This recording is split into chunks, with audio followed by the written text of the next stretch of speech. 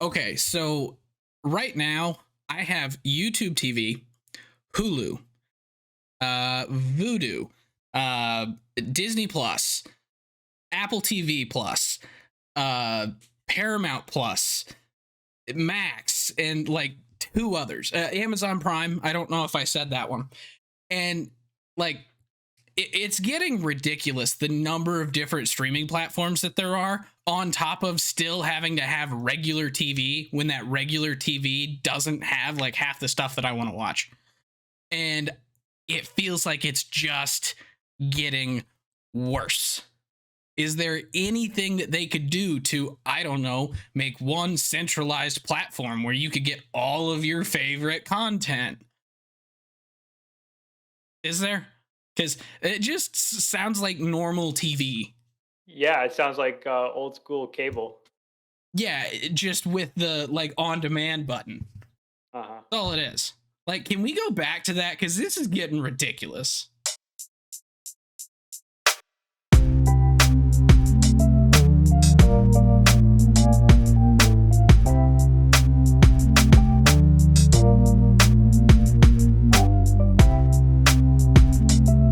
Hello and welcome back to Getaway Day. As always, I am Mason. He is Gautam, and we're here to talk about some TV.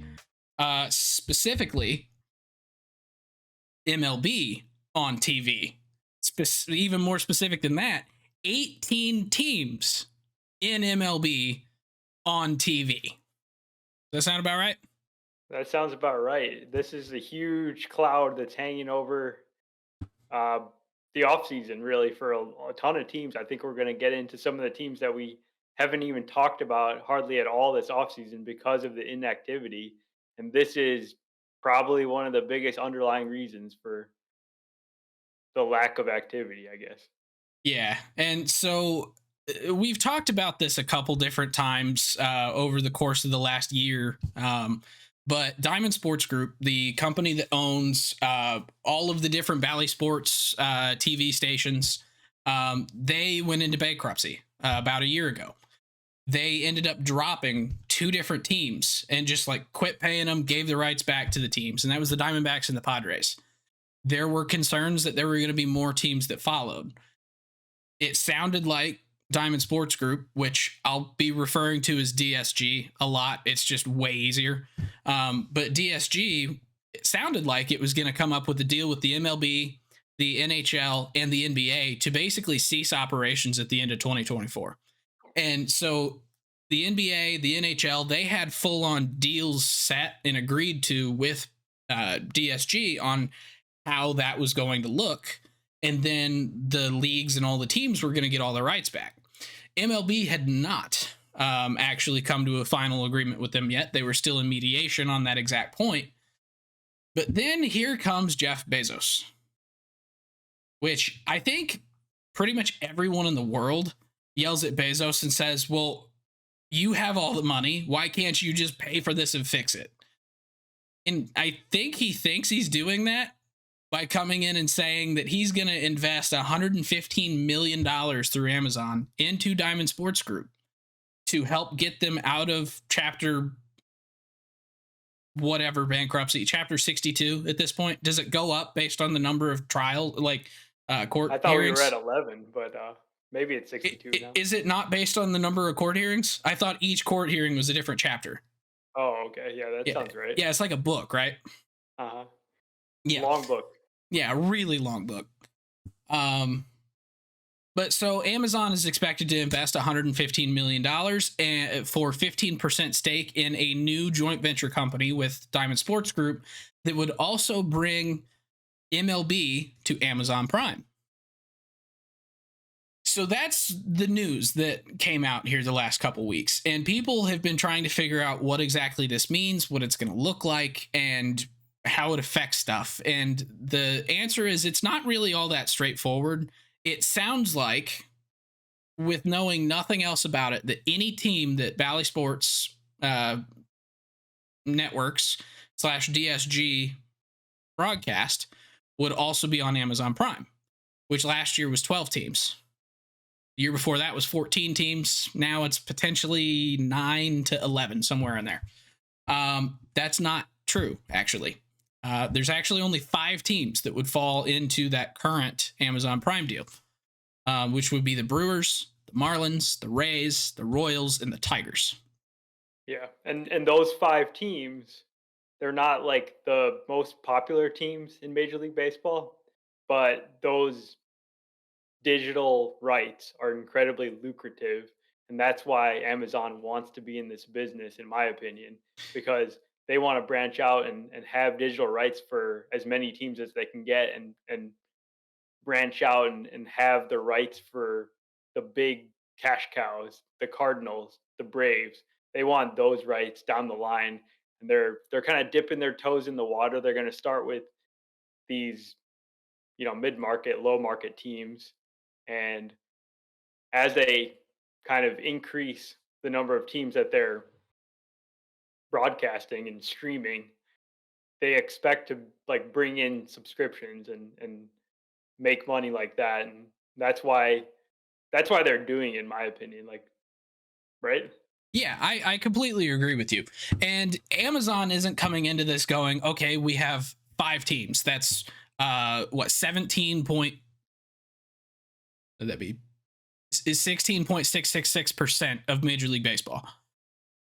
That's good enough for us. That's not what they're saying. They're basically coming in. They know that they have 5. They're going to try and negotiate deals with the other 4 teams that are definitely under DSG control for 2024. And they want to have a package of like a third of the MLB. That way, over time, if they show that this is a really good way to do it, they'll get more and more teams. And they eventually want to have basically the NFL Sunday ticket of Major League Baseball, if you will. The Apple TV Plus MLS package. They want that for baseball. And that's something that baseball wants as well. There's a little bit of a weird situation going on here, though, where Major League Baseball has been trying to basically start their own streaming group in the main MLB conglomerate that has been broadcasting the Diamondbacks and Padres games for about a half a season now. And they've been trying to grow that and try and get all of these teams to come under that as they lose their deals with their respective groups. And MLB was planning on basically the end of 2024. Okay, there's going to be digital rights for 11 more teams actually that would all be back, potentially under our control. We'll have half of the league that we have control over, and we can go and either package that to someone else or produce it ourselves and do exactly what Amazon is trying to do. So now you have these 2 major companies, one of them a lot richer than the other, that are basically fighting for the same thing. And it's going to cause some issues this year, I have a feeling. Yeah. I just wanted to go back for 1 second on the direct consumer revenue that Diamond is projecting.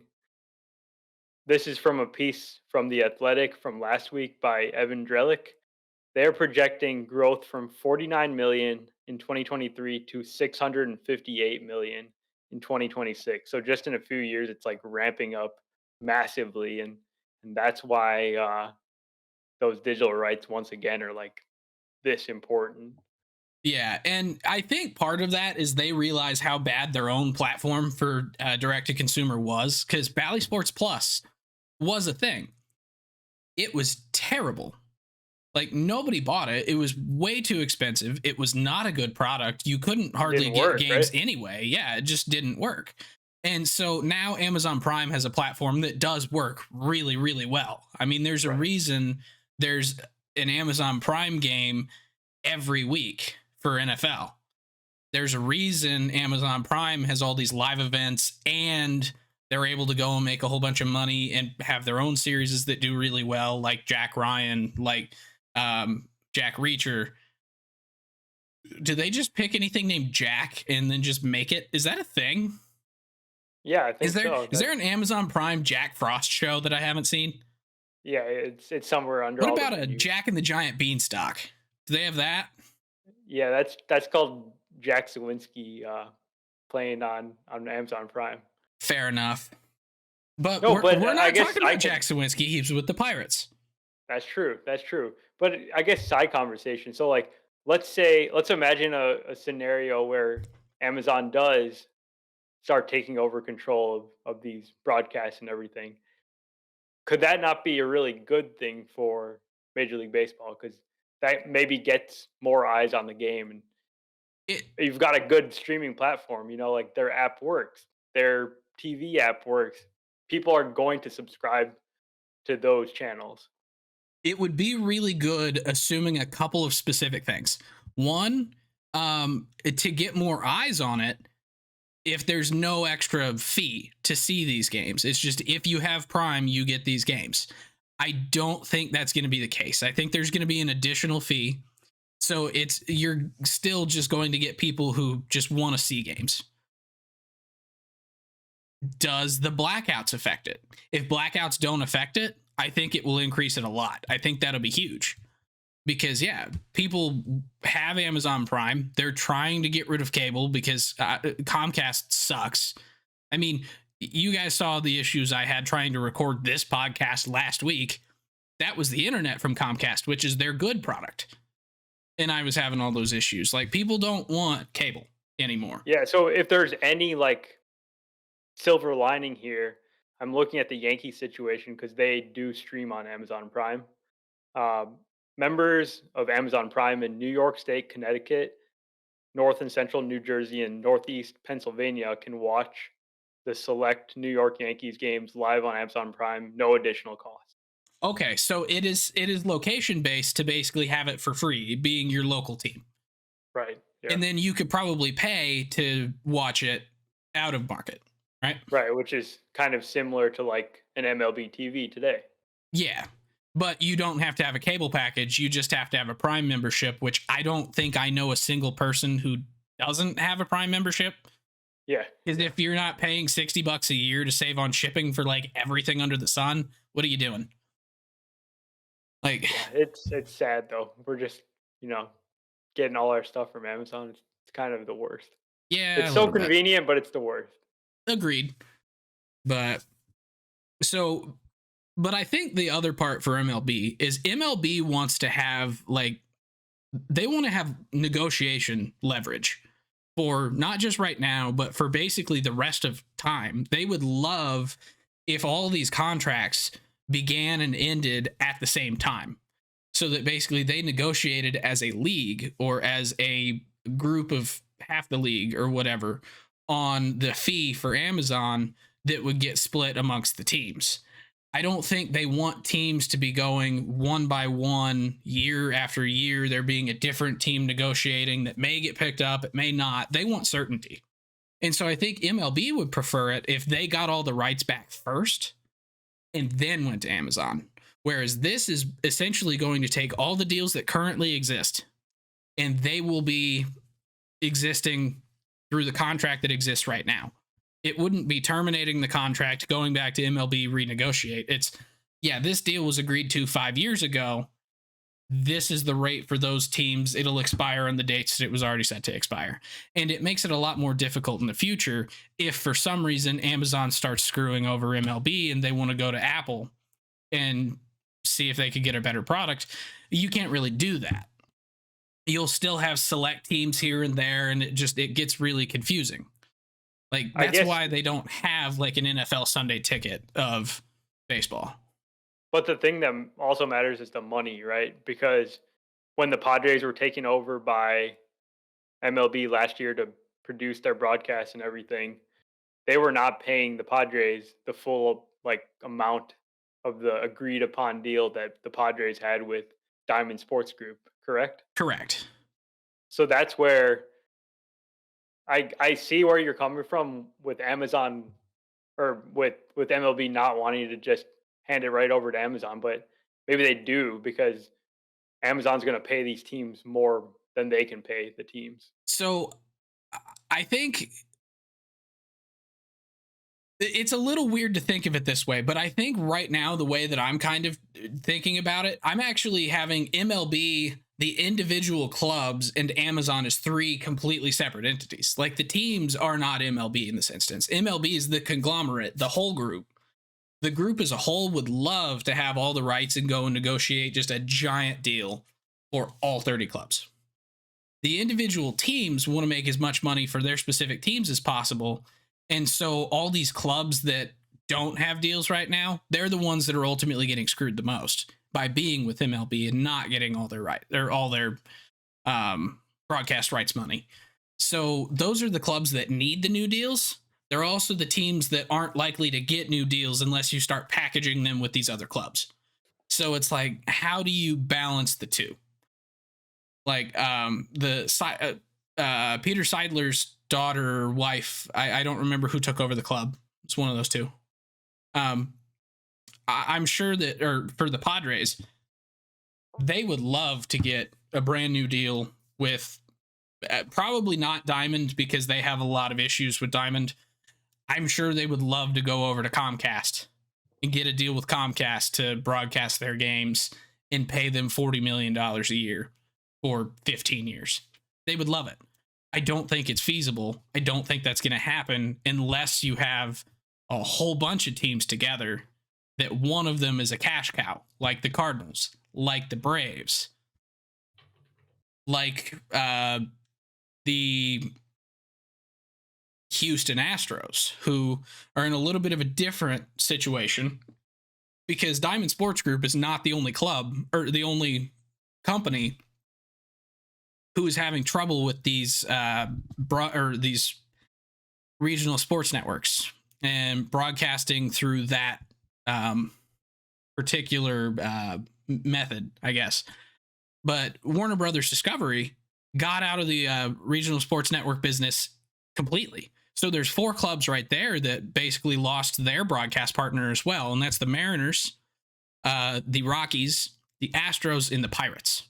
So on top of these 9 clubs that are guaranteed under Diamond Sports Group control for 2024, the 2 teams that are up in the air and we should know hopefully by February 1st, which is the Guardians and the Rangers, and the Twins, who don't have a contract right now at all, along with the Diamondbacks and Padres, who also don't have deals, you now add in the Mariners, the Rockies, the Astros, and the Pirates, who don't know who's going to be producing their broadcast next year.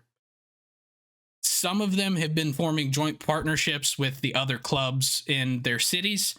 The Astros joined with the Rockets, and they're going to be basically sharing the load of producing the games themselves and televising it. The Pirates are doing that with the Pittsburgh Penguins. The Mariners and the Rockies are a little bit screwed because they don't have that deal.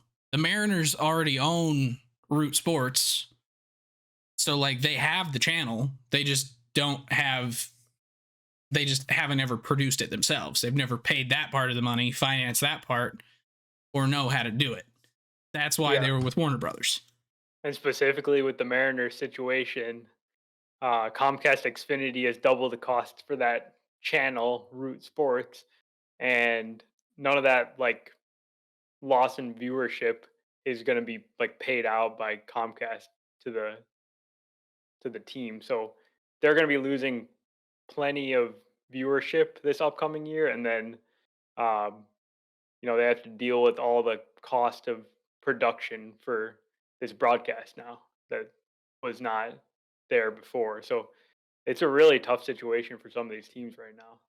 Yeah, and basically all of these teams, with the exception of the Astros, who make quite a bit of money and have a huge following and are one of those cash cow teams, all of these teams that are known to have issues and not have someone producing it for next year at least are the teams that really don't have as much money to spend on payroll as clubs like the Dodgers, as clubs like the Yankees, as clubs like the Cardinals, the Braves. And because so this puts an actual financial strain on those clubs. Now, I fully believe that all of these billionaires can put more money into their clubs even with this, but you can't deny that losing $50 million a year in revenue, you can't argue that that's not going to hurt the bottom line. That's not going to hurt the rest of the organization, because it will. That's a huge loss in revenue. Yeah, that So 50 million, like 55 million, the Guardians were paid under their old deal with Diamond Sports Group, and that's, you know, about half their payroll, it seems like, right? It's not a tiny amount of money. It's not like it obviously, like, yeah, I agree. It can be overcome, but they need to know like what their budget is. I understand that it, also. yeah, because if they don't know who's producing it, maybe they have to themselves, and they don't have that built into their budget, along with their budget for putting money into the players on the team, into stadium renovations, into all of this stuff. It just leaves so many uncertainties.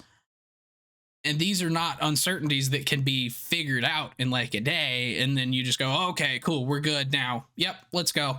This is going to have an impact on these clubs for years. Like, even once they get a deal with somebody to go and start doing this, like, it's not an instant flip of the switch. So this has been kind of a problem for a while, and will continue to be a problem until I think this is all ironed out and all 18 clubs that are up in the air have their deals figured out. Yeah, So, let's dig into some teams here and talk well, specifics. Maybe you got so anything else? I want to make sure that I hit all of these notes real quick. So, um, The Rockies, right? yeah, so we haven't talked about the Rockies, and did we mention the Twins just straight up not having a contract? Did I mention that?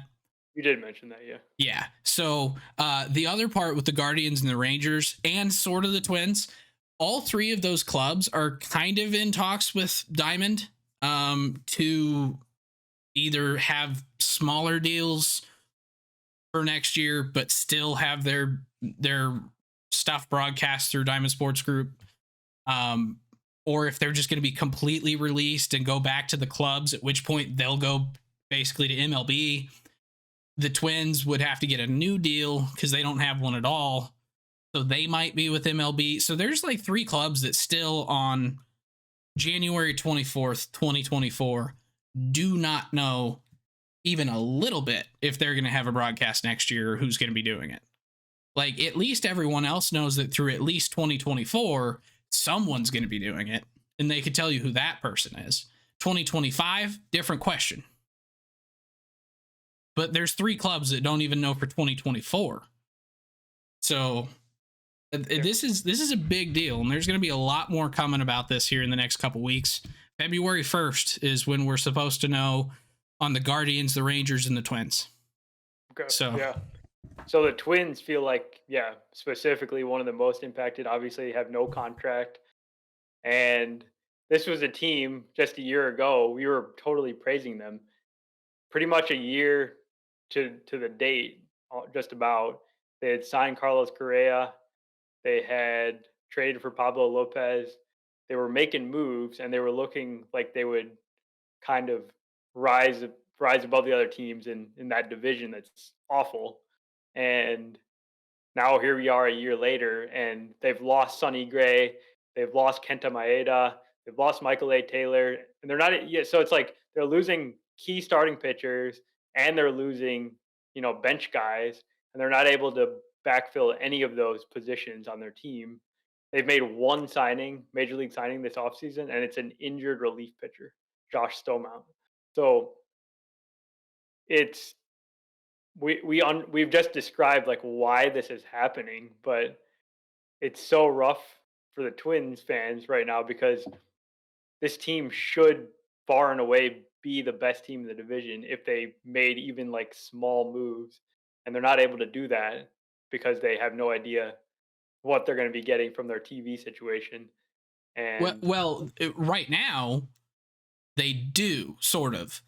They're getting zero. And yeah, that's yeah, the number that they have in their spreadsheet is we get zero because that is their deal for 2024. There is no deal. There is no money coming in for this. so I So guess question to you is, what do the Twins need to do right now? Like, what can they do? They kind of like need to play the trade market or something. Because they clearly are not going to be spending big in free agency until this is resolved. Yeah, they're gonna have to be playing the trade market. But my question is, and this is a one that I don't have the answer to. What prospects do they have to deal from? Because a team like the Twins doesn't want to deal from their prospects, but in order to bolster their major league club, which is a competitive club, it should Yeah. be a competitive club. I'm really concerned that this is not loading and that my internet might be starting to go out. Oh, Um, so let me know if things get weird for my. sounded good so far. Oh, it's just specifically that page that didn't want to load. Okay. Yeah, I was trying to look at their top prospects because it's like Austin Martin, I think, is still in there, and I can't even remember. Like, They've got like Simeon Woods Richardson, um, some other younger pitchers, and I mean, uh, Cade, Cade Cavalli? No, he's a he's on national. the Nationals. Yeah. Yeah. Oh, Brooks Lee, that's a good one. Thank you, a Yeah. resident Twins fan there in the chat. Thank you very much, I Kasabi. don't, but I don't, I honestly don't see them going to trade prospects. I think they're going to trade their guys that are coming up on free agency and try to flip them for like major league type deal. So I'm thinking of Jorge Polanco. I'm thinking of Max Kepler.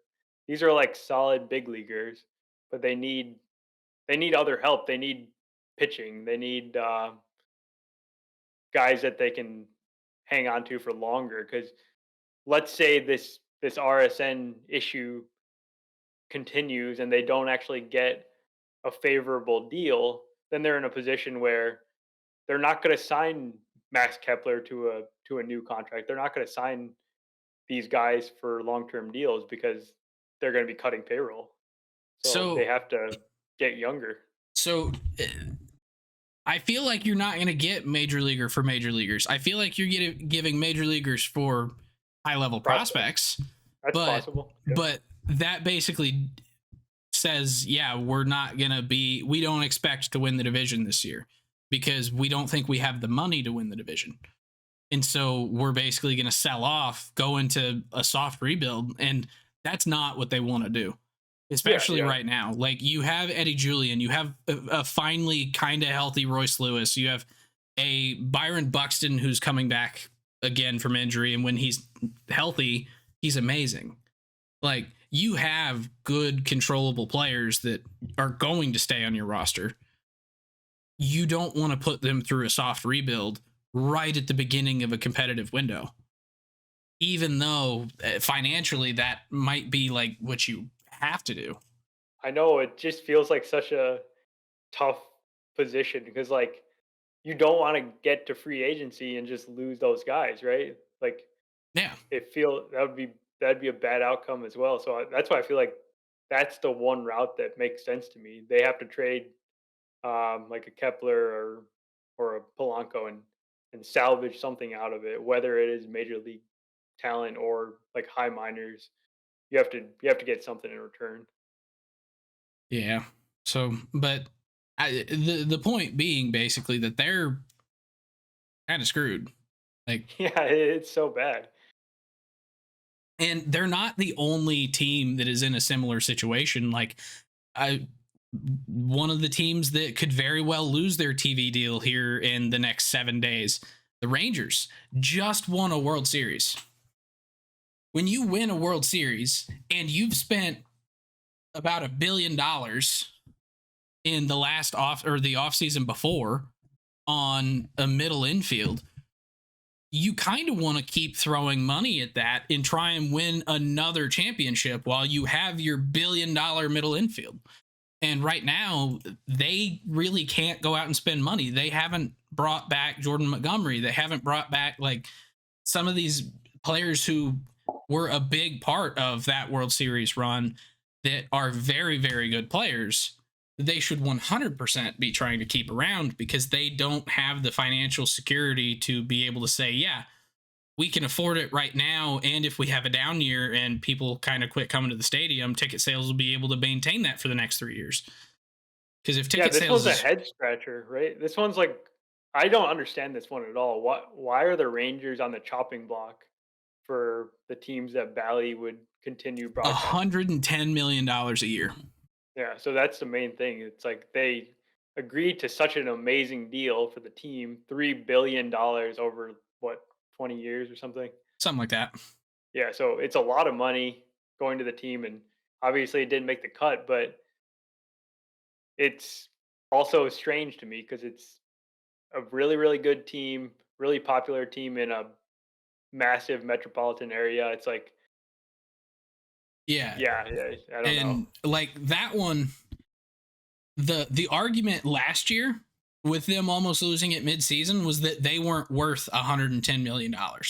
And the couple years before that, yeah, I agree. Like they probably weren't worth $110 million a year for their rights when they were the terrible Texas Rangers, the 2019, 2020, 21 Rangers. Well, the 2023 Rangers were probably worth more than that, especially by the end of the year. And you can expect that to maintain through this year. But I think Diamond is worried about the year after that, the year after that. If the farther you get away from that championship and the hype around that team, did they stay competitive? Do they keep drawing fans? Or are you supported right now by a bunch of Fairweather fans that are going to go away? Which Fairweather fans love them. They're important. But when you're trying to project out to the future, like it makes it a little difficult. So,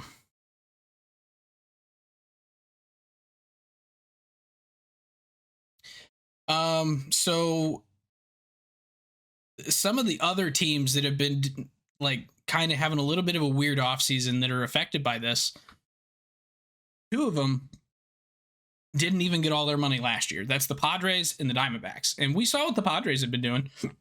I mean, they traded away Juan Soto to shed $31 million from their payroll this year and get some prospects in return because they just don't have enough money to basically pay. I mean, every team takes out loans to pay their payroll throughout the course of a year, and then they pay it back, and it's fine. The Padres, I think, took out such a big amount of loans to pay for Xander, Juan Soto, Manny Machado. I think Cronenworth had a deal, didn't he? Kim Ha-sung, Yeah, Darvish. like Yu Darvish, Joe Musgrove. Like they had such an exorbitant amount of a loan that it became national news. And so they're trying to cut down so that they don't have to do that again. And so that's why Soto was traded. That's why Snell is not going to get re-signed. That's why XYZ. So, Yeah. And I think the Padres are an interesting case because their TV deal is extra important because they play in such a small market. That's absolutely one of their biggest revenue streams. And yeah. without it, they cannot like I agree with the team in the statement that they cannot support the payroll that they had in 2023. Yeah, because their payroll in 2023 was like getting close to 200 million, wasn't it? It was like what, second in the National League after the Mets? I think so. Yeah, like Yeah. it was huge. And the situation they're in right now, they can't shoulder that. And it makes sense. And it sucks. I hate it. It sucks, yeah. We were so excited by the Padres going out and bucking the trend of these small market teams that don't spend. Like they were doing everything you could ask from your club, and now it's all gone because of this, and also their underperformance. But Yeah. that's different. Now, the team that is in a similar situation but acting entirely differently is the World Series runner-ups, the Arizona Diamondbacks. They also lost their deal in the middle of last year. They were being broadcast by MLB. They're going to be broadcast by MLB again here in 2024. Like they're not getting a whole lot of money for their TV rights, their streaming rights. Well, there's nothing from TV rights. It's just streaming rights. But they went out and they did actually make two signings. They brought back Lourdes Gurriel. Lourdes Gurriel. Yuli is on the Marlins. I remember now. And they brought in Eduardo Rodriguez, two like really good signings for that club. One guy who helped their offense be as good as it was to get them to the World Series, and one guy who is a very, very solid starter that should help solidify that rotation alongside Gallen, Merrill Kelly, and an improving Brandon Pfaadt. So, like, these are really good moves. And to help pay for it, they actually traded away two guys and brought in Eugenio Suarez, which basically the Mariners are paying most of his salary for him to play for the Diamondbacks. So they're getting money and a decent third baseman, I would say. Gino's not the same guy he used to be, but it's a good move for this club. Yeah, I'm actually happy with what the Diamondbacks have done this offseason, and I meant to say this when we were talking about the Rangers, but the Rangers have been rumored to be bringing back Jordan Montgomery. Like he wants to go back to the Mariner or to the Rangers. People have been saying that, but it almost feels like another team should pop in and be like, "Hey, come sign with us real quick," because the Rangers are not going to get it done. Like you got to jump the market a little bit, and the Yeah. Diamondbacks have sort of done that by they haven't like tried to wait out the market. They've gone ahead and they re-signed Uriel. They signed Erod. Like they're making moves here. Yeah. But yeah, it is a weird offseason. Like it feels slow because it has been an incredibly slow offseason. And a lot of people are mad about that and they can't figure out why. Well, this is why. This is Like, why, yeah. like this is 18 teams that are affected by this. That is almost 2/3 of the league that don't have like a true idea of their long-term financial status. And some of them don't know about their short-term financial status. Like the Cardinals know they're going to get their $80 million this year, whatever it is. The Braves know they're going to get their $90 million this year. And as long as Diamond Sports Group has theirs, they're going to get all their money because they're worth it. And there's no one that can argue that they're not. In fact, they might be undervalued. Who knows? Especially the Braves right now. I bet you they're undervalued. Absolutely, yeah. Let's talk about the AL West teams though, because I feel like those teams are in direct contrast in terms of like the directions they're heading. So the Mariners, this one like pains me to see because the team has such a great core, amazing starting pitching, and they made a ton of moves this offseason, but they've all been lateral moves in my opinion. Like they're basically just swapping one guy out for another and slowly and but surely like cutting down their payroll, and just overall the moves are not positive. Like they're not a net positive in my opinion. At best, they're neutral. Yeah. And that's not Like, what you want to see with this Mariners club right now that clearly needs more additions. They're it, not they're not where they could be, they're not where they should be. And it just feels like such a waste because this team should be way better than they are. yeah. It's like they're kind of a wash money wise with the whole Robbie Ray for Mitch Haniger. Hmm. Like, so like they haven't really cut payroll. They're still Right. paying Gino to go play somewhere else. They're not Yep. saving money on payroll there. They have an amazing rotation. Even without Robbie Ray, that probably improves the rotation, to be completely honest with you. They have Cal Raleigh, who is a really, really, really good young catcher. They have J Rod and JP Crawford. This is a really, really, really good core. Outside of that, it just gets really lackluster. And like, not by name, not when you just think, if you look at it, you're like, oh, this is a good roster. And then you kind of look at how different players play in that massive ballpark, which is hitting does not go well for any of them. Mm. And that's just a thing. Like, you basically have to have superstar hitters to even be average hitters in that park, which sucks. But This is a very inopportune time for Fangraphs.com to be down. What do you think? okay, so that is what the issue is. Okay, because Yeah. I was sitting here and I can get everything else to load fine. Fangraphs, nothing. Yeah, yeah, Like, it's me too. okay, cool. But yeah, but then you have the Angels, who their deal is going to be carried out for basically the length of it, because it's an LA team. There's a lot of money there, even if the team sucks.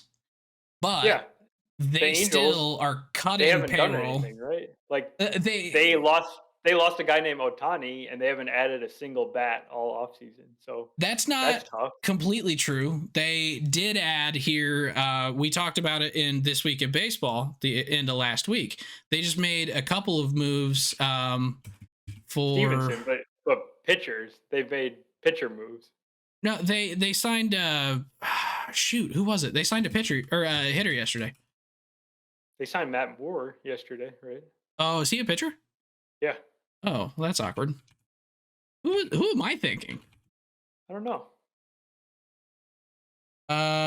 Let's see. Matt Moore. Robert Stevenson. They have not signed a batter, as far as I know. Huh. Well, have they It considered seems signing a batter? Oh, they're interested. no. They're interested in Joey Votto. Yeah. I I mean, don't know that that's the right move for them. it's clearly not. Like they need way more than Joey Votto to save that club. Uh oh, Miguel Sano on a minor league deal. That's who it was. Ah, okay. Yep. But I was gonna that's say, not exactly big. yeah. And honestly, I thought it was a major league deal too. So the fact that I'm learning right now it's a minor league deal, okay, I'm with you. They haven't signed a hitter, but And then we got to mention the Astros though. We talked about the Hater deal last week, and that's a team that's, like you mentioned, they've got the other revenue streams, and they're saying, we're all in. Like I think the Astros are kind of in a phase where they're going for like one last stand, because they've got Altuve and Bregman coming up on free agency. Maybe they won't be back. They've got worse pitching than they've had in the past. Verlander might not be pitching forever. Like this feels like the end of an era, and they want to bridge it to the next good Astros teams, basically. And they do that by signing Hader and don't worry about the money. Like let's go. yeah, yeah, exactly. And I don't know. This is an Astros club that I think they could definitely continue to compete. They're going to have to go through some sort of a soft rebuild, Yeah, at some point soon.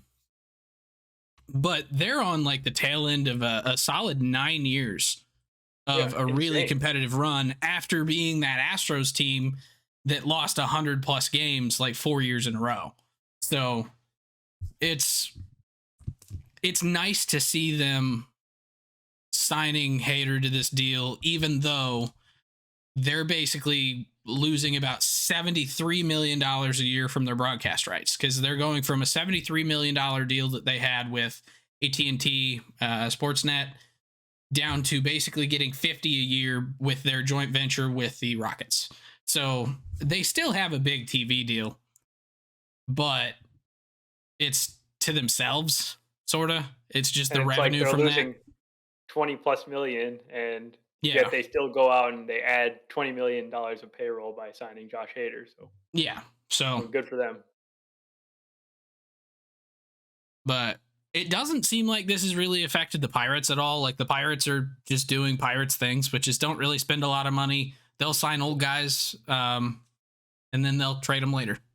Like, so. But yeah, so that's kind of the current state of MLB streaming and TV. We'll be touching on this again in This Week in Baseball here in the next couple weeks, especially leading up to spring training and then opening day, just kind of seeing what all changes. But that's all we have for you for today. Thank you very, very much for spending your time with us. Make sure to check out This Week in Baseball from Thursday, the 25th, if you haven't already. We will be back to or recording live on Twitch on Wednesday.